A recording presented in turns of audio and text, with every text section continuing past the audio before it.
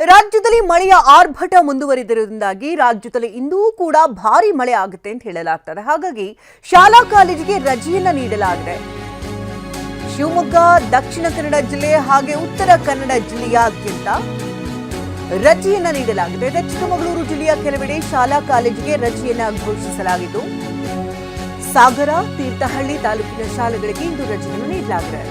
ಹಾಗೆ ಅಂಗನವಾಡಿ ಶಾಲಾ ಕಾಲೇಜುಗಳಿಗೆ ಇಂದು ರಜೆಯನ್ನ ನೀಡಲಾಗ್ತಾ ಇದ್ದು, ದಕ್ಷಿಣ ಕನ್ನಡ ಜಿಲ್ಲೆಯ ಪ್ರಾಥಮಿಕ ಹಾಗೂ ಪ್ರೌಢಶಾಲೆಗಳಿಗೆ ಇಂದು ರಜೆಯನ್ನು ನೀಡಲಾಗುತ್ತದೆ.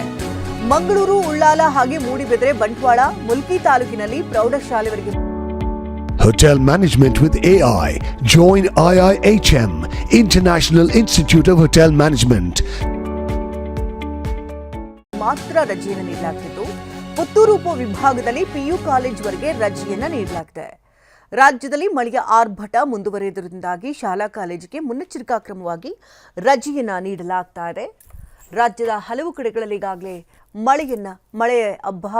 ಮಳೆಯ ಪ್ರಭಾವ ಹೆಚ್ಚಾಗಿರುವುದರಿಂದಾಗಿ ಅಂಗನವಾಡಿ ಶಾಲೆಗಳಿಗೆ ರಜೆಯನ್ನು ನೀಡಿದ್ದಾರೆ. ಚಿಕ್ಕಮಗಳೂರು ಜಿಲ್ಲೆಯ ಮಲೆನಾಡು ಭಾಗದಲ್ಲೂ ಕೂಡ ಭಾರೀ ಮಳೆ ಆಗ್ತಾ ಇದೆ. ಕೊಪ್ಪ, ಶೃಂಗೇರಿ ತಾಲೂಕಿನ ಅಂಗನವಾಡಿ ಹಾಗೆ ಶಾಲೆಗಳಿಗೆ ರಜೆಯನ್ನು ನೀಡಲಾಗಿದೆ. ಉತ್ತರ ಕನ್ನಡ ಜಿಲ್ಲೆಯಲ್ಲೂ ಕೂಡ ಭಾರೀ ಮಳೆ ಮುನ್ಸೂಚನೆ ಇದೆ. ಹಾಗಾಗಿ ದಾಂಡೇಲಿ, ಜೊಯ್ಡಾ ತಾಲೂಕಿನಲ್ಲಿ ಶಾಲೆಗಳಿಗೆ ರಜೆಯನ್ನು ನೀಡಲಾಗಿದೆ. ಅಂಗನವಾಡಿ ಮತ್ತು ಶಾಲೆಗಳಿಗೆ ಮುನ್ನೆಚ್ಚರಿಕಾ ಕ್ರಮವಾಗಿ ರಜೆಯನ್ನು ನೀಡಿದ್ದಾರೆ. ಇತ್ತ ನೈಋತ್ಯದಲ್ಲಿ ಮಾನ್ಸೂನ್ ಅಬ್ಬರ ಜೋರಾಗಿರುವುದರಿಂದಾಗಿ ಬೆಂಗಳೂರು ಸೇರಿದಂತೆ ರಾಜ್ಯದಲ್ಲಿ ಇನ್ನೂ 3 ದಿನ ಮಳೆ ಆಗುತ್ತೆ ಅಂತ ಹೇಳಲಾಗ್ತಿದೆ. ಆಗಸ್ಟ್ 7ನೇ ತಾರೀಕುವರೆಗೆ ಮಳೆಯಾಗ್ತಾ ಇದ್ದು, ಹವಾಮಾನ ಇಲಾಖೆ ಮುನ್ಸೂಚನೆಯನ್ನು ಕೊಟ್ಟಿದೆ.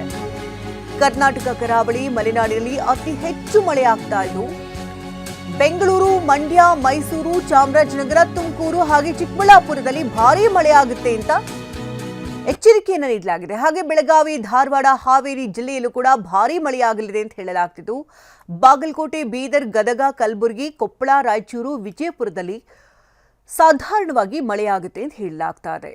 ರಾಜ್ಯದಲ್ಲಿ ನೈಋತ್ಯ ಮಾನ್ಸೂನ್ ಅಬ್ಬರದಿಂದಾಗಿ ಮಳೆ ಸುರಿತಾ ಇದ್ದು, ಆಗಸ್ಟ್ 7ನೇ ತಾರೀಕಿನವರೆಗೂ ಕೂಡ ಮಳೆ ಆಗುತ್ತೆ ಅಂತ ಹೇಳಲಾಗ್ತಾ ಇದೆ. ಇತ್ತ ವರುಣನ ಆರ್ಭಟ ಯಾವ ಮಟ್ಟಕ್ಕಿತ್ತು ಅಂತಂದ್ರೆ, ನೀರಿನಲ್ಲಿ ವ್ಯಕ್ತಿಯೋರ್ವ ಕೊಚ್ಚಿ ಹೋಗಿದ್ದಾನೆ. ಮಳೆ ನೀರಿನಲ್ಲಿ ಕೊಚ್ಚಿ ಹೋಗಿದ್ದಾನೆ ಜೀವನ್ ಪಿಂಟು. ದಕ್ಷಿಣ ಕನ್ನಡ ಜಿಲ್ಲೆಯ ಬಂಟ್ವಾಳ ತಾಲೂಕಿನ ರಾಯಿ ಗ್ರಾಮದಲ್ಲಿ ನಡೆದಿರುವಂತಹ ಘಟನೆ ಇದು. ಎನ್ಡಿಆರ್ಎಫ್ ಸಿಬ್ಬಂದಿಯಿಂದ ಶೋಧ ಕಾರ್ಯಾಚರಣೆ ಮುಂದುವರೆದಿದ್ದು, ನಿನ್ನೆ ಸಂಜೆ ಶೋಧ ಕಾರ್ಯಾಚರಣೆಯನ್ನು ನಡೆಸಲಾಯಿತು.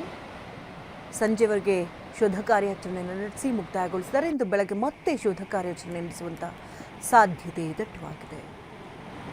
ವರುಣನ ಆರ್ಭಟಕ್ಕೆ ಒಂದು ಜೀವವೇ ಬಲಿಯಾಗಿದೆ. ಮಳೆಯ ನೀರಿನಲ್ಲಿ ಜೀವನ್ ಪಿಂಟೋ ಕೊಚ್ಚಿ ಹೋಗಿದ್ದಾನೆ. ದಕ್ಷಿಣ ಕನ್ನಡ ಜಿಲ್ಲೆಯ ಬಂಟ್ವಾಳ ತಾಲೂಕಿನ ರಾಯಿ ಗ್ರಾಮದಲ್ಲಿ ಆಗಿರುವಂತಹ ಘಟನೆ ಇದು.